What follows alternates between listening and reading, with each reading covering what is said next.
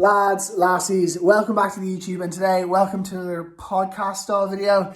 Obviously, the podcast style videos are kind of the only thing that I can do properly at the moment, but I am really enjoying them, and I've invested a little bit in it. I got a little microphone for podcasts, and I'm working on getting some good guests. One of which is JB O'Neill, which is today's feature.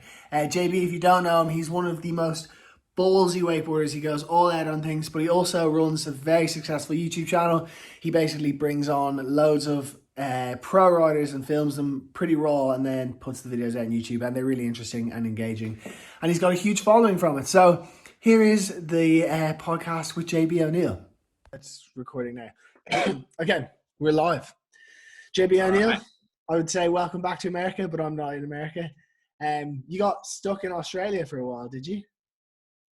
Yeah, actually, well, I was already there for 3 weeks, and just like every event that I was there for all got canceled. So I was just sitting there waiting to leave, and then my flight got canceled. So I was only there for like one extra day, but yeah, it was kind of a nightmare. Okay, not too bad. And what's things like in Australia versus the States? I think it was like way less strict. I think like the country is like the size of the United States anyway, but the population is like less than Texas. So yeah, it wasn't too hectic. I mean, a couple of the cable parks shut down, but almost all the way up until like the last week, we could ride at every single park. And then one cable park called Cable Ski Logan or Bayside Wake Park or something, they said they would just open for us if we wanted to, like behind the scenes, but we never ended up doing that anyway. Just kind of hung out on the beach a bunch and stuff. Okay, cool. And sorry, I'm actually just, as we're doing this, I'm trying to make it bigger.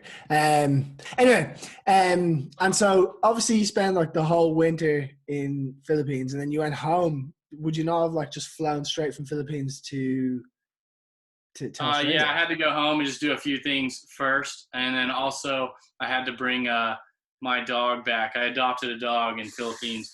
He's over there sleeping in my bed right now. Air Bud, isn't it? Yeah, Air Bud, like the movie, because like I found him, or actually like he'd been hanging out at the park all the time already, like mooching food a bunch, and then like one day I like fed him like it actually wasn't pudding like the movie, but it was like yogurt, and he was eating it, and I just thought it was funny called him Air Bud, and then I just put a poll on my Instagram, Air Bud or Donald Trump for his name, and then most people voted Air Bud. I thought Donald Trump would win, but Air Bud won, so that's what we got. Good. And like I saw on your Instagram stories, you just fully took him on the plane. Like, was that not really difficult? How did do you have to get a visa for a dog, or what happens? So like basically all I had to do was like get his shots and stuff, and then go to this animal bureau in Manila, and then they just like sign him off, and then you can go on the plane.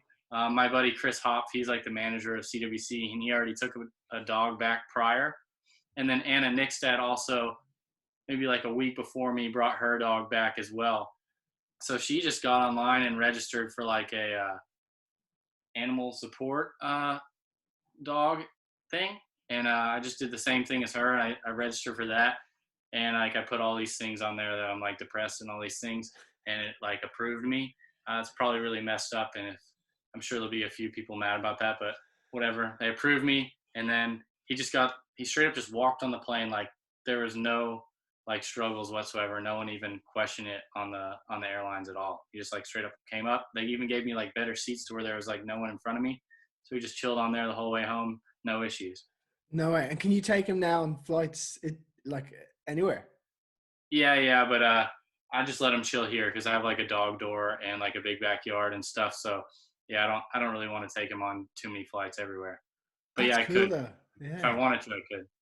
That is great. I have a friend who did that. He had like, it's like something like mountain dog. It's huge, and he's taking it on flights. The same thing as well. He got his, I think, because of like learning difficulties. Like he's got like dyslexia and a few other things, and it was like an emotional support dog as well, which I thought was crazy. Yeah. So maybe he has like actual problems, but yeah, I figured I wouldn't abuse it too much. I just did it to get him back. Yeah, that's fair enough. Yeah.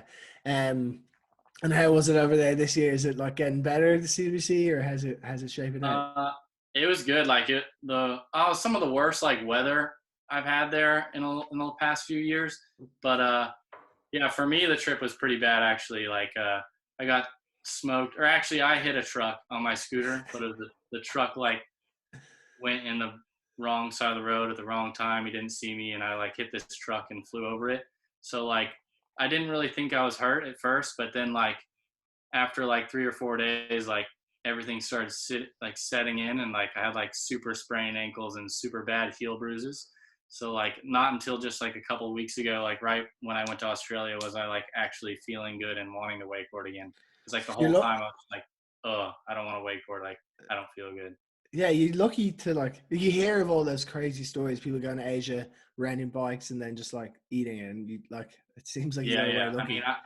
I was proper going like 50 mile an hour, T-boned a truck and flew over it. Did you still ride a scooter over there? Oh yeah, yeah, yeah. I got it repaired, and then I just kept cruising still. Yeah. You're crazy. And so, like, one of the things I definitely want to talk about was because I remember years ago we spoke at Surf Expo, and it was when I was, let's say, just beginning to get a bit of momentum on YouTube. And I think your exact words where you came up to me, and I like didn't even know you that well then, and you were like, "Yeah, man, like, not really a huge fan of what you do, but like, I fully respect what you're doing, and I see like you basically like because you're quite for anyone who doesn't know you, you'll say Yeah, anything how it is, even when it's like completely unpolitically correct.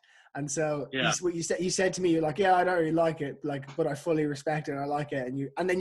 But then, so where I was going with this was that you then said, you're like, I'm going to start this. And if I literally had like $1 for every time someone said, I'm going to start using YouTube, I'm going to hit it hard, I'm going to be consistent, and then just drop off after a month or two because it hasn't taken off, I'd be pretty wealthy at this stage. And so, but you kept going, and you've like even in CWC now, you were hurt and you were still filming, you're still putting out. You're probably what 2 years in now to being pretty solid at it.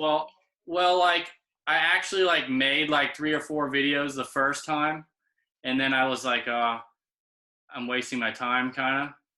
And then last year, January 1st, I was like, all right, fuck it, like let's do it. And I just started on January 1st and just started stacking clips. So I basically just like filmed everybody from every single country from everywhere, and it would kind of Excuse help me. it would kind of help them get views and promote them, but also it was helping me because they're from all different countries around the world. So like the views that they get from everywhere else is coming towards me, so I'm getting seen all those places. So now whenever I do upload my own video, it gets seen everywhere. And then if I do still make a video of someone else, they get seen everywhere as well. So like the more I film with other people and the more I film with myself, it kind of benefits like everyone everywhere. But yeah, I think just staying consistent with it was like super hard at first because like it did not get traction out of the gate like at all. I was like kind of like scraping 1,000 views on every single one, sometimes like a little bit less than 1,000, and then like summer hit and it just went Yeah. through the roof. Yeah. Who told you it was going to explode in the summer? Yeah, he told me that for sure. Yeah, no, I knew because just the first year my summer came, I was like, oh my God, I've made it. I'm going to blow up because I can't remember what it was, but you can get like a platform and it can show you like the growth of your expected growth on YouTube. And because mine Yeah, started exploding like come May, June, July, and I was like going from, I think in like July at one point I went from 10K subs to 20K subs in 1 month. And I was like, whoa, this is taking off. And then my prediction was like in a year and a half, I'll have like 1 million subscribers. I was like, oh, I've made it. And then came September and it just went boom, back down again. oh yeah, But yeah, and so like, that's kind of the whole like, and the way you film it. So you started with the whole raw concept, which yeah, less yeah. is more in that. It's really like, I love watching them. And I know so many people who do. Yeah, it's just like basically a video with a writer, and it's just like their set and what they do in that set. And like, even if they mess up, sometimes I'll put the clips in there too. And if they completely blow it, I'll start over the next day or something because I don't want to like make someone look bad. But yeah, I Yeah. basically just did that at first, and then slowly started adding in other things.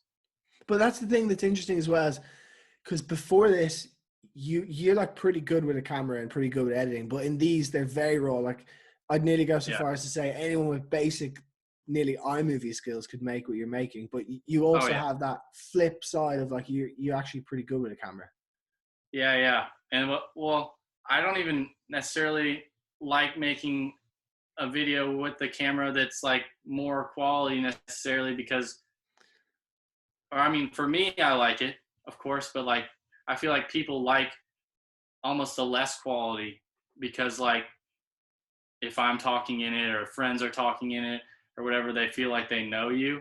Whereas like everybody in the world now is making a video of them wakeboarding, and nobody cares if you're good at wakeboarding. Like, I mean, obviously they care, but like if you have like a personality that they can connect with and you're having fun wakeboarding and you are doing like cool tricks at the same time, like I feel like a lot more people like that better than just going out and banger banger banger banger Yeah. banger.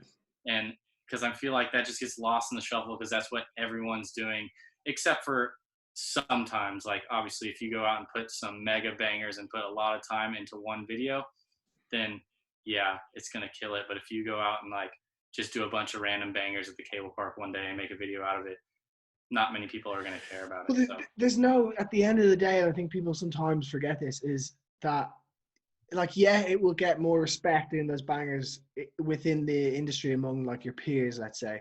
But like as an end product, let's say, for want of a better word, the people watching it, that the people that they're gonna make your video have 5,000 views or 10,000 views, can't do any of that stuff. They can't relate. They probably don't even understand it. Probably don't know what the tricks are, and they can relate a lot more because at the end of the day, they're humans and they understand like JB or whoever it might be, or the Peacock Brothers. The personality is what people really buy into after a long time. Is in my opinion, anyway.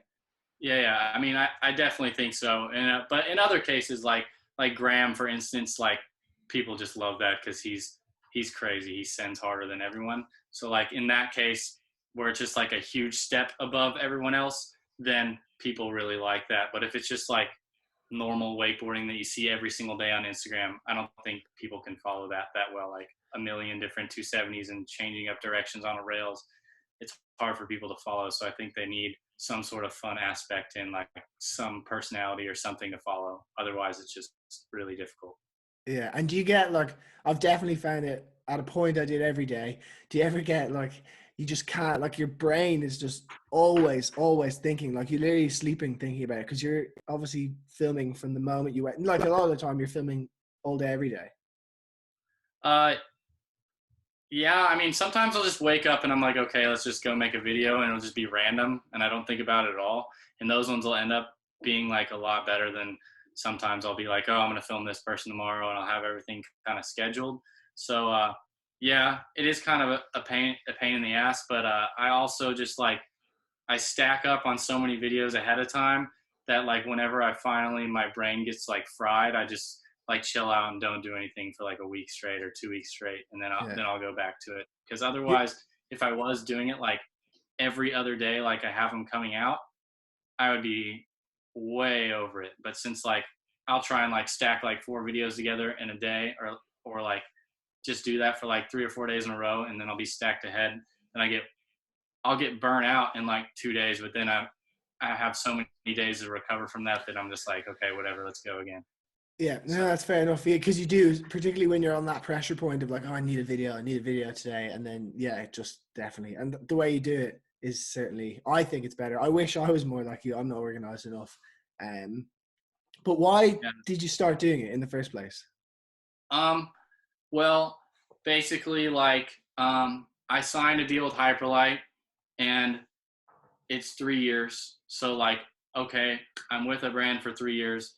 Um, I'm just gonna I'm gonna keep wakeboarding and keep pumping out content, but like, I have 3 years to try and build a YouTube big enough that maybe I could self-sustain without any sponsors. And I would never like leave Hyperlight or anything like that. But like, it is nice that now I do have a backup in case like the brands I ride for, in case things are going bad. Like right now, the coronavirus is hitting a lot of my sponsors pretty hard. So if maybe they don't have the budget, I'll have budget elsewhere that could maybe help me out. But yeah, basically, I just wanted to have sort of like a safety net in case like one day some of my sponsors can't help me anymore. I do think I'll be riding for Hyperlight for a lot more years than the next 3, but just like it is a nice safety net to have in case like X Dubai dropped me, or in case somebody Yeah, just cut me out. I still have budget to keep on wakeboarding and keep on doing what I like to do. So it's pretty nice to have a nice little safety net. And is it sustainable? Like, could you, particularly in Uh, Philippines, I'm guessing because life is cheap, could you live off just the YouTube? Oh, easily in Philippines, easily. And in America, I could break even, but right now it's really bad.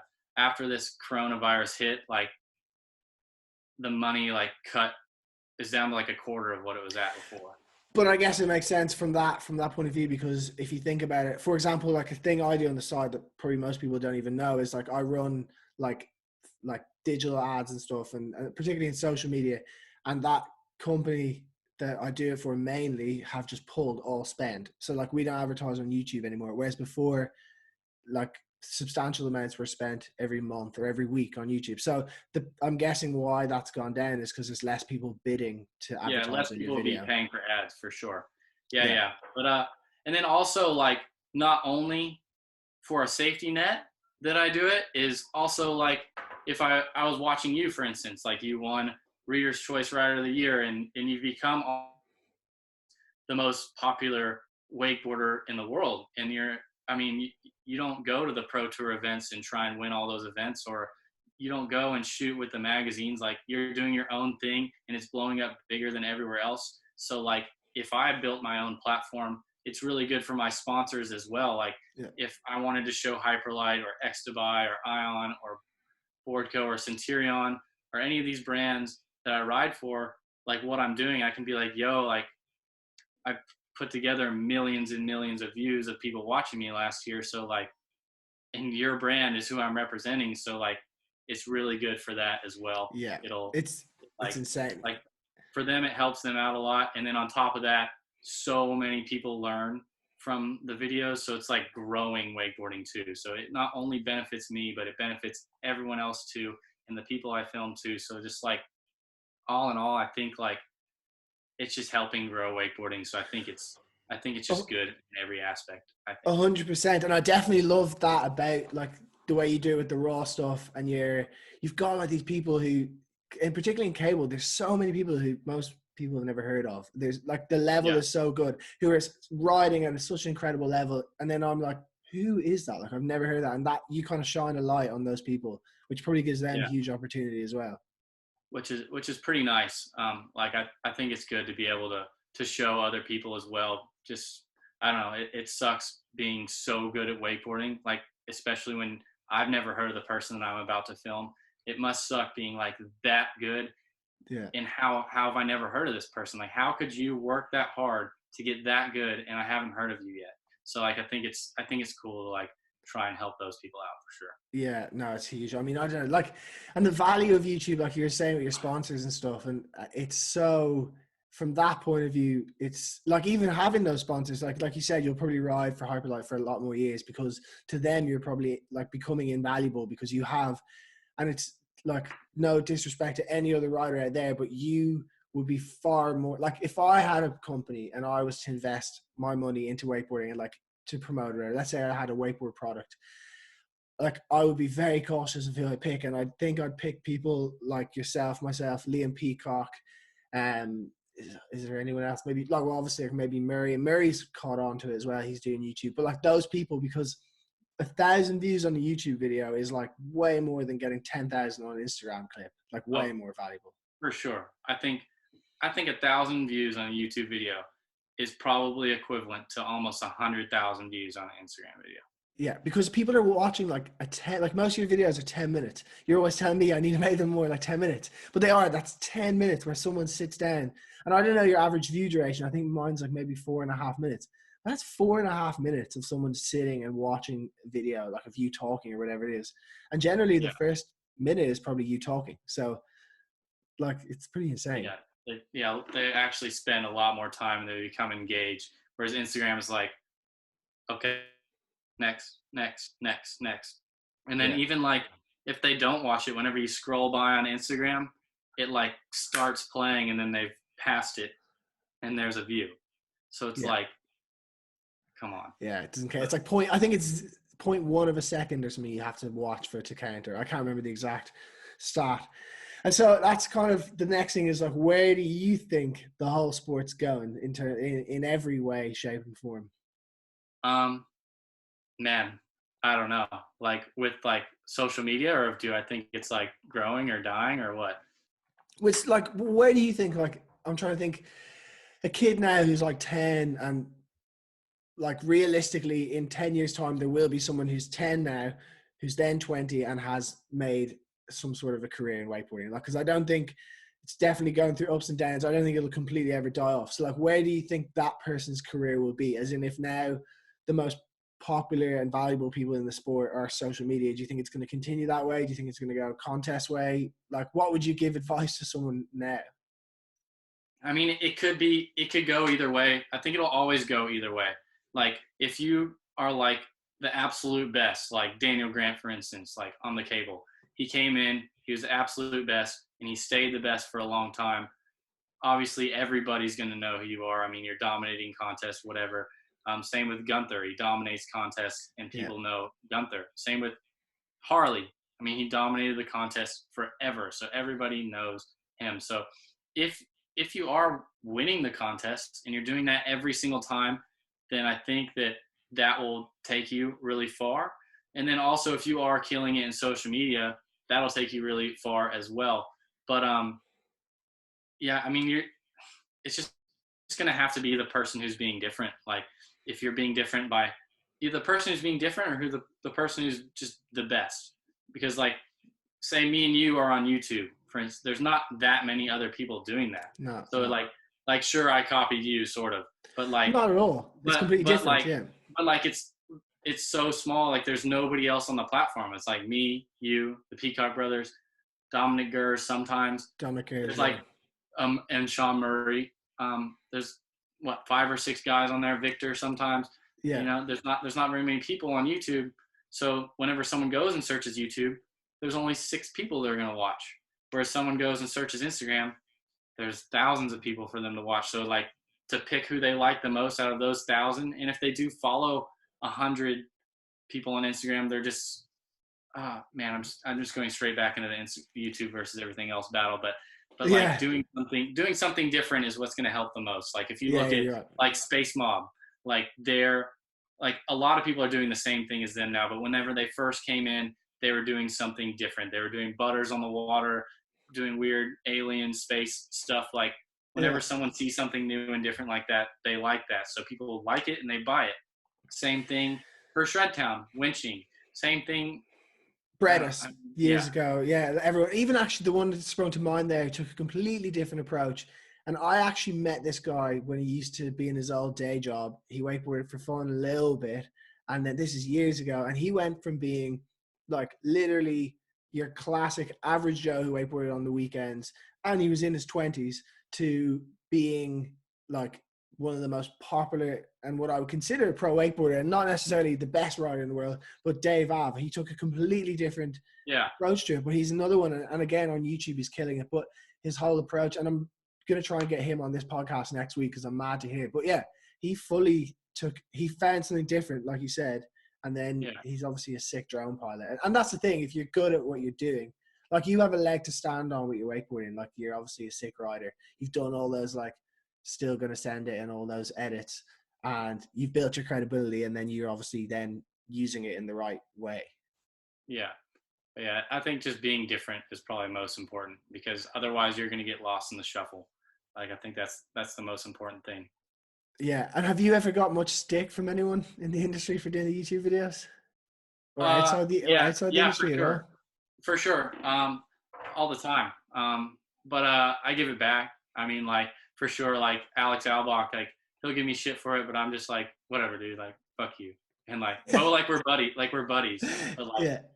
you know what I mean? Like, and if I don't know, I usually just don't give a shit Yeah. whenever someone talks shit because I'm getting Yeah. seen 1,000 times more than they are. So it's, I mean, not to Yeah. sound like cocky or whatever, but No, I don't think you are. I think you're very straight but with it. Like, yeah. so yeah, it's whatever. I mean, like they're doing their own thing, I'm doing my own thing.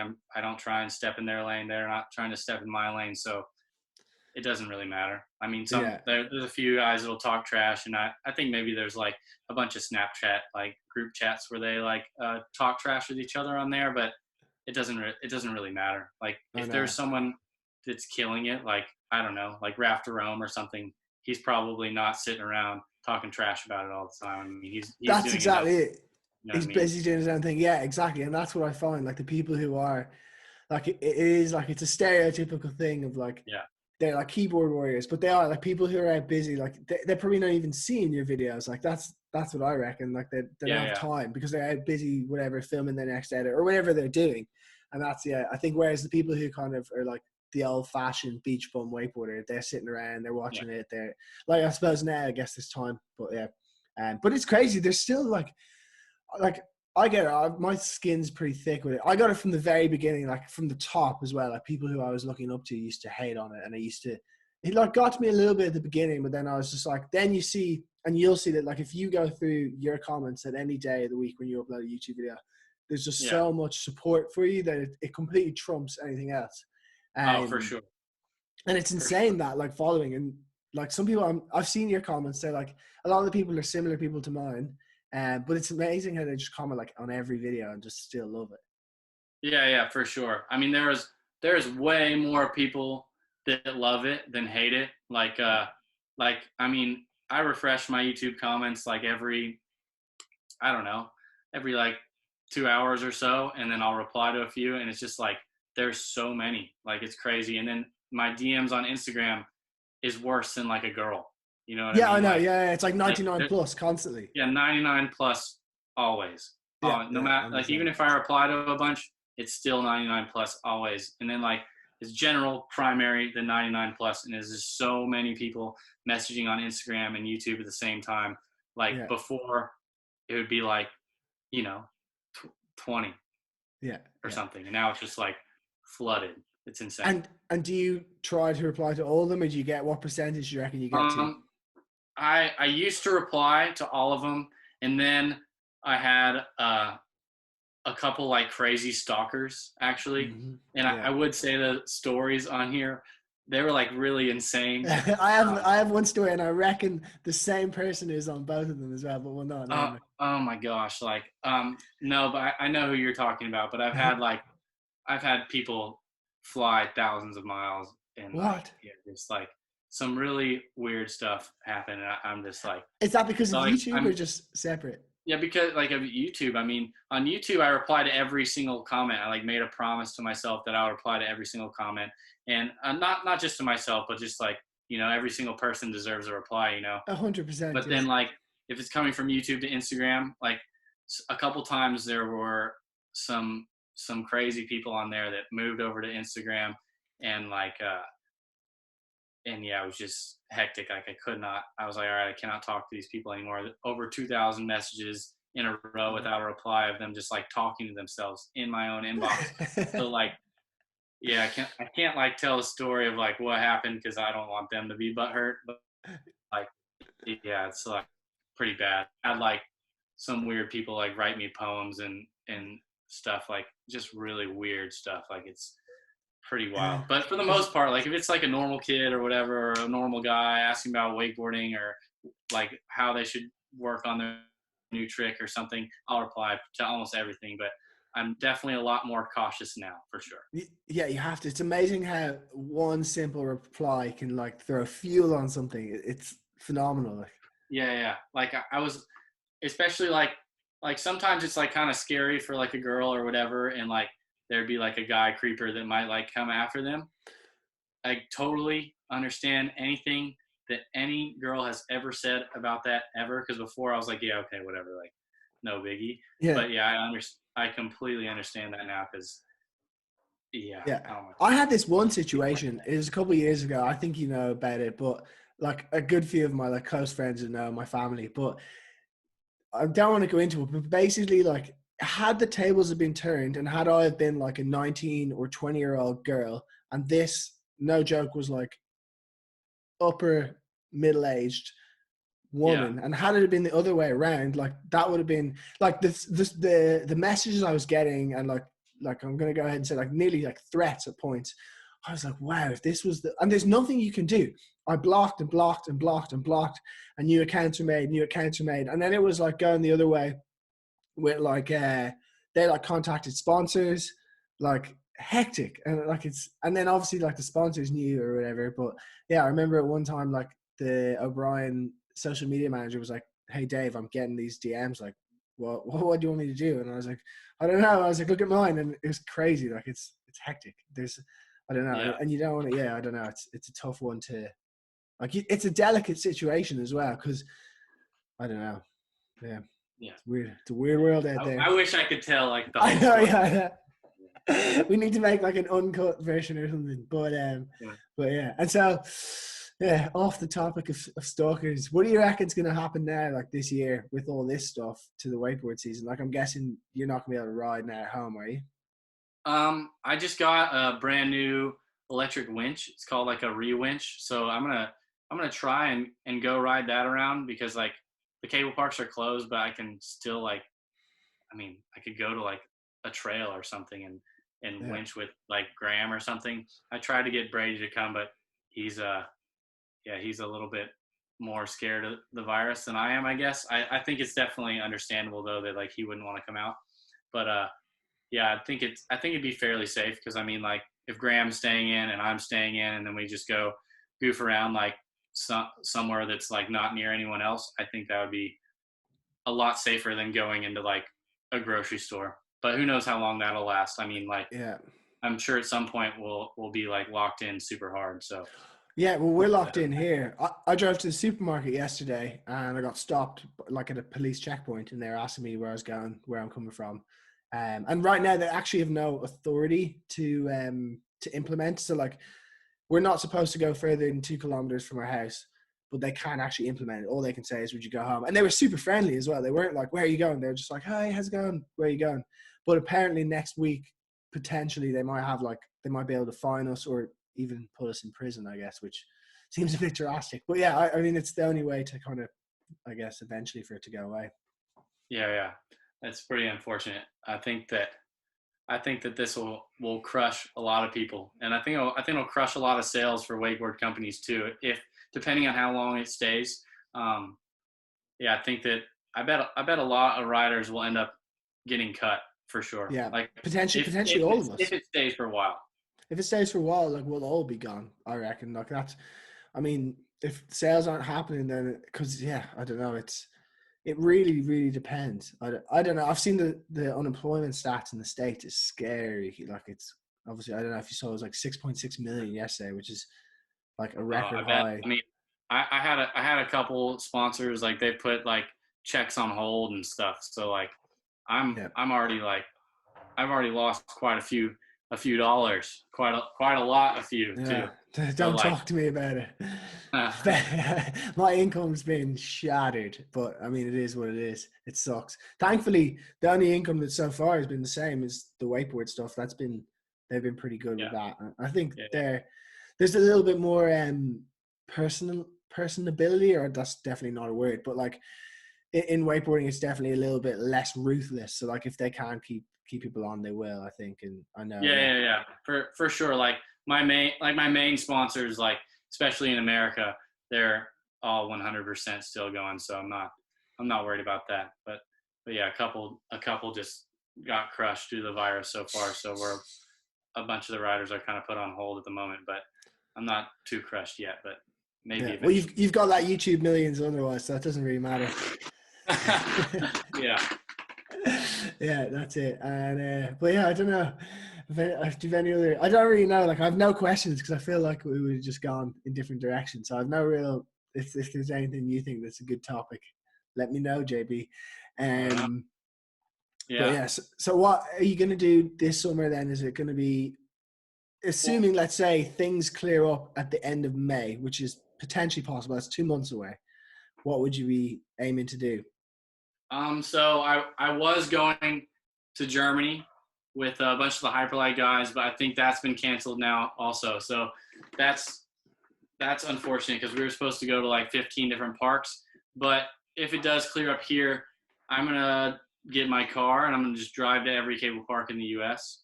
I think it'd be just good to go to every single one. I still haven't done that yet. I usually stay within like 3 or 4 cable parks in Texas. Sometimes I venture out, but not that often, just because we have badass cable parks here. So like, why would I want to go anywhere else? But I think it'll just be good to go everywhere and like meet new people all the time. Do you get a lot of people coming up to you when you go to a cable park? In Texas, I already know most of the people at the cable park, so it's not like that. But like if I go somewhere else, like in Australia, for instance, it was actually crazy how many people were watching YouTube. Like in Australia, there were so many people. I took photos of so many different kids and whatever. I rode doubles with a lot of kids, and they're pretty excited to like meet and stuff like that. And before YouTube, it wasn't really like that. Like at the event, I reckon like more people would come up and introduce themselves to me than even like the guys that were probably going to win the event and stuff. So that was like super cool seeing that over in Australia. Happened in Philippines too, and it happens at other cable parks in the United States as well. But yeah, Australia was like the heaviest I've ever seen it. I had someone come up to me in the airport and take a photo of me in the airport, and I've never seen anything like that before. So that was pretty crazy. Like it's crazy how much of an impact it's had. It's wild. Yeah, and so you have that. You can knock me down a peg now if I step over the line here, or like it's a secret. But you have that build, and that not that build, but like let's say that influence over wakeboarding with your own YouTube. But then you also have all these other sneaky little I'm gonna go ahead and say social media accounts as well. Oh yeah, for sure. So like I run well, I had been running it's just called Wakeboarding. It's on Instagram. I had been running that account. I still have access to it, but I'm not running it as much anymore. And then I also started another account, and it's called Wake Hub. So it has like 50,000 followers or something like that. That was called Wake Mag before, was it? Yeah. But now it's called Wake Hub. I was gonna change that over and maybe make some like merch or something that would match that page, because I didn't want to like make merch to like have my name on it or something. Like I wanted it just like somewhere else.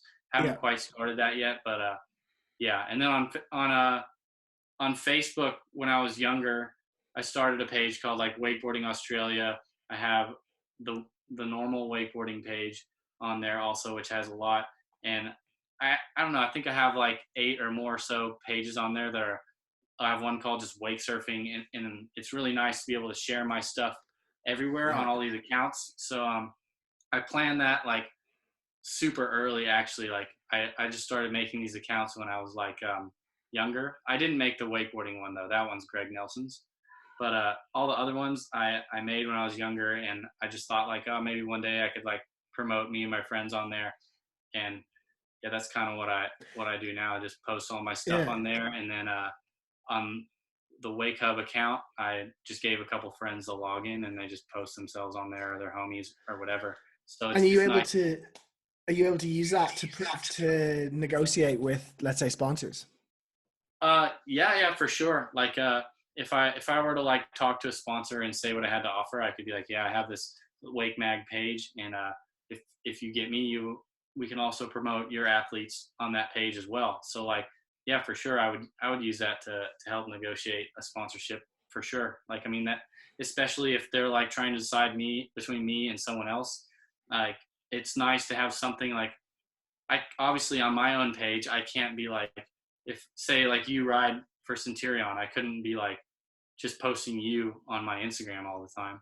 But like, since we both ride for Centurion, like if you have a cool clip and you wanted me to post it, I could go ahead and just put it on a Wake Hub, and then it benefits you, it benefits me, it benefits Centurion. So like that helps in that case, I guess. Yeah, for sure. So I think that would give them a little bit more drive to pick me over someone else for sure. You seem like you're clued in with it. Do you reckon, like, I don't know if it's 5 years, 10 years, 15, 20 years down the line, do you think you'll go into maybe something like that, like in terms of like digital marketing, or would you do like, what's kind of like your plans there? Because I feel like you're smart enough to not think that like, or to not just single out wakeboarding as being your only potential. Like, so maybe wakeboarding. Well, if I just like failed everywhere, I would just go and clean pools or whatever and just do like a labor job. Like I don't care. Like that's Yeah. fine.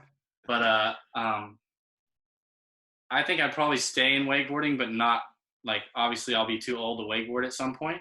So like since I have my YouTube account that I'm growing, and I'm already like putting other riders on there and stuff, and just Yeah. pumping out. It's growing and growing and growing. So eventually, like if like I can't wakeboard anymore, eventually one day, or I can't keep up with the young guns coming up, then whenever I'm like 40 or something, then I can maybe eventually turn that YouTube page into something like Thrasher or like the Barracks or something like that, because then if any athlete wanted to upload their video to that channel, I'd be like, all right, yeah, I'll put it on there. I would call it something else, maybe Wake Hub, and then they can just upload their video there. It'll be guaranteed to get views for them, and then it'll Yeah. help the channel grow more. So I can just rely.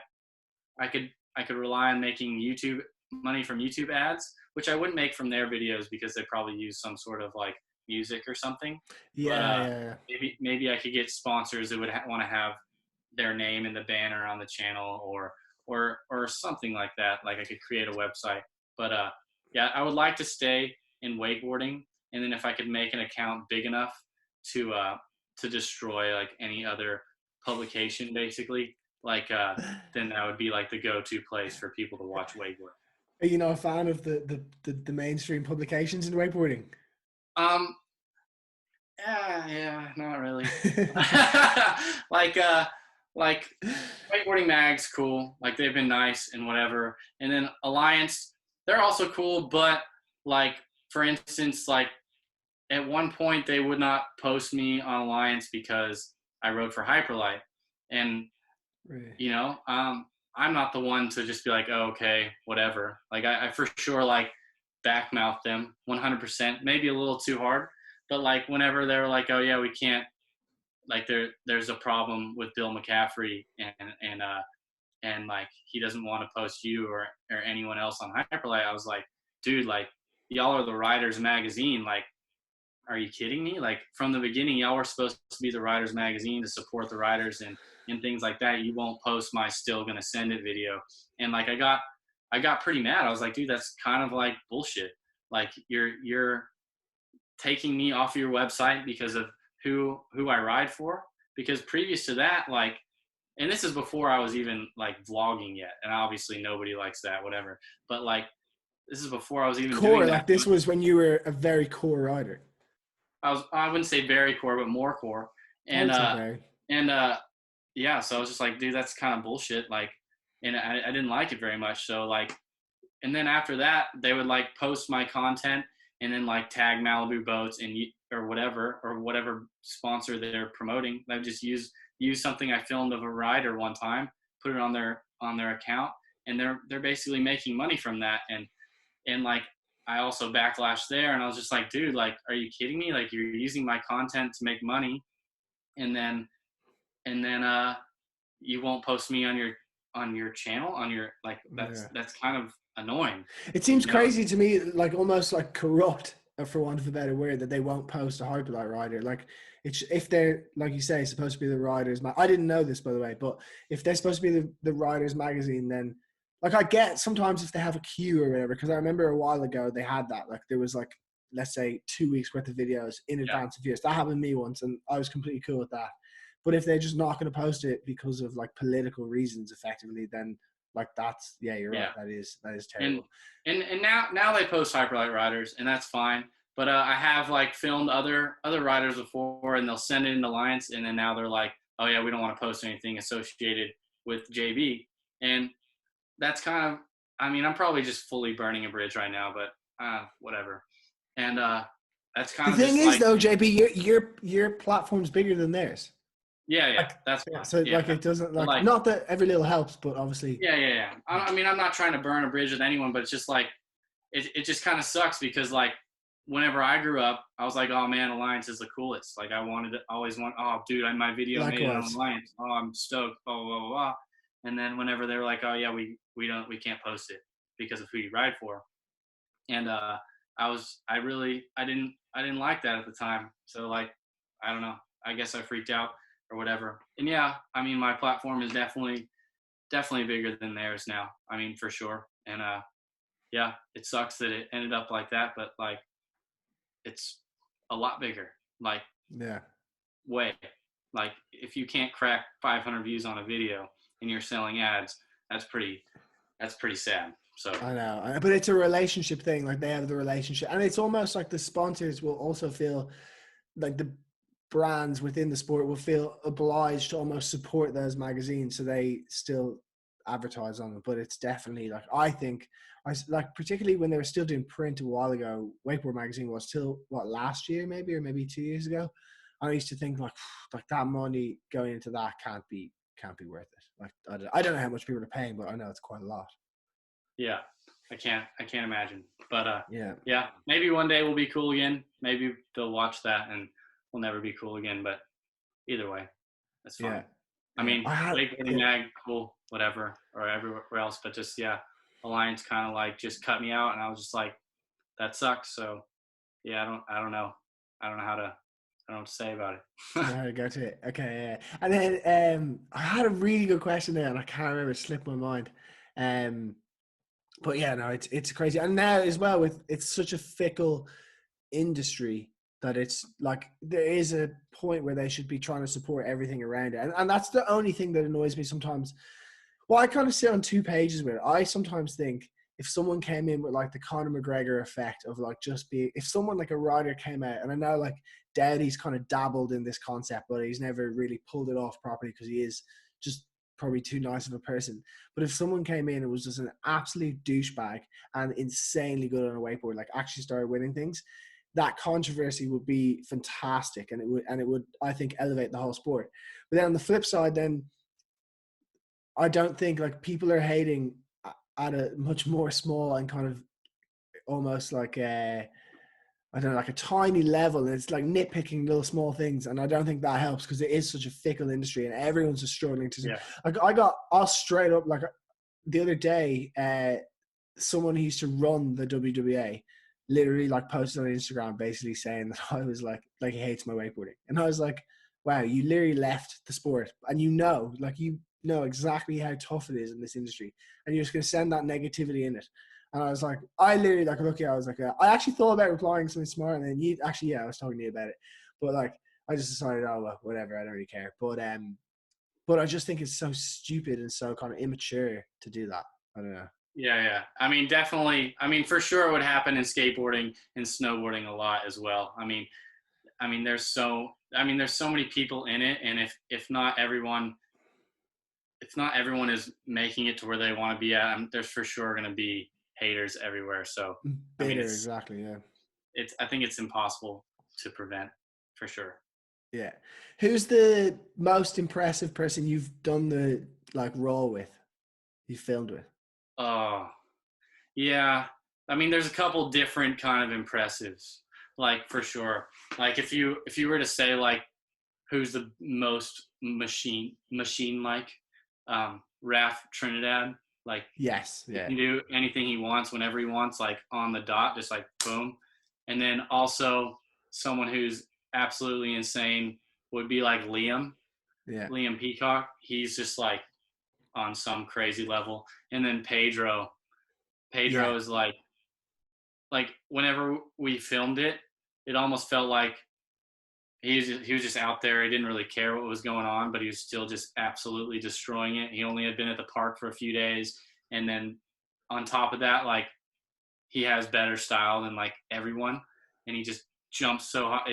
He's just Yeah. crazy, like He yeah, is. Yeah. absolutely insane. So like those three are for sure like the most impressive, like for sure. Raf can do Yeah. anything whenever he wants. Liam is just fucked up, and then Pedro is like can do everything he wants, but can also like look cooler than anyone while doing it. So like those three were like the most insane. I mean, I've had some other ones that were pretty crazy too. This kid named Kike, um, I'm not Yes. I sure think I his saw last that. name, but that's pretty hard for me to pronounce. But yeah, he was really good too as well. I mean, there's quite a few that were really good, but those three are probably the most standout, I think. Yeah, and who do you think, who do you want to get on now? Like, who would you be like, I want to get them on and do a role with them? Um, Me and Graham have kind of done it at Next Level Ride once. It's just like we did it real quick, but I think it'd be really cool to do it at CWC with Graham, just because like he's ridden there so much and like he's insane. So like it would be cool to like get Graham on there again. And yeah, I don't know, maybe like Joe Battle Day. That would be really Yes, cool. yeah, Just yeah. because like he like yeah, he's It's crazy. ridiculous. Yeah, some crazy Yeah, rewind. one of those guys probably for Yeah, sure. that'd be good. And now, do you still ride very much, or like it seems to me like you're always just filming other people? Like, do you ever go out and just ride with no camera, like free ride? Yeah, for sure. But over the last few months, no, just after like before I got in that scooter collision, I also, right before that, I got a heel bruise skateboarding. So as soon as like that heel bruise healed and I wanted to like send again, um, I like got double heel bruises and double sprained ankles after crashing on my scooter in the Philippines. So it was like double whammy injury. So like lately, I haven't been riding, but like after I just got back to Australia, I rode a little bit there, and I want to start riding a lot again. But yeah, I was just kind of injured for a bit, so I did a lot more like filming, and it wasn't like any serious injury, just like it's just where like you don't feel good, so I didn't really want to ride as one Yeah, to recover. Yeah, yeah, for sure. yeah. I know what you mean. And then also at a cable park, like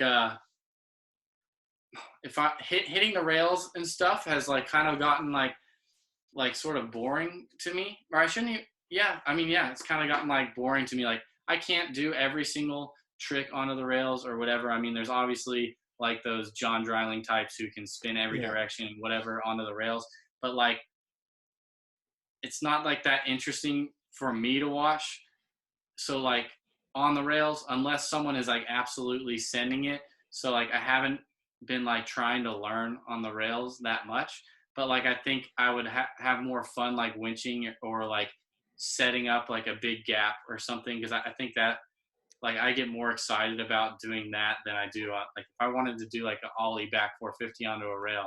Like I've never yeah, done that before, but like if I landed that, I wouldn't really be excited about yeah. it. I'd just be like, It's oh, cool, there's you know? smaller wins on the rail. I feel like than even let's say a kicker hit where Yeah, whatever you're trying to learn you trick on the kicker or on the wake, it's very distinguishable the difference between not being able to do it and do it. Whereas on a yeah, cable, you can do 10 laps in a row where you do 90% of it, and then yeah. on an obstacle on a rail. Yeah, Um, it's rare that I've gotten like very excited about a rail hit unless it was like a big gap to a rail. Like yeah, basically, like I don't I don't feel like I get that same excitement hitting rails as I would like learning a new trick on a kicker or a big gap for sure. yeah. And are we going to see the return of the boat? The return to the boat? Yeah, for sure. Especially now that I'm riding for Centurion. Also, um, Ashley Kidd lives right down the road, so I should be riding on the boat a lot more. But yeah, this whole Yeah, epidemic. yeah. Potentially, we could have a great opportunity. Were you going to go to the shoot in May? Yeah. Oh, is that Okay. canceled? I don't know. I know it hasn't. Not that I know of, but I can only imagine there's a high chance it will be. But Then hopefully yeah, not. I'm going still if it's not canceled. Same. Yeah. That could be cool. Then we could get some good videos going. But anyway, listen. I don't want to keep you too long. Thank you so much for your time. I'd love to do it again. We could definitely get some. I feel like you're quite an interesting person. And you're for people who don't know you very well. You're very straight up and honest. And like you say, it's bit you in the ass a few times. But Yeah. but I quite like that. And yeah, I think it's. There is, I guess, quite a lot in this industry that are like that, but there's also so many people who would be quite professional and almost like media trained and don't say stuff that they want to say, Yeah. including me sometimes. Like I'd love to be a little bit more raw sometimes, but I don't know. Yeah, Huh. Well, yeah. Cool. awesome. All Thank right. you so much, JB. I'll see you soon. All right, All right. I'll stop recording now.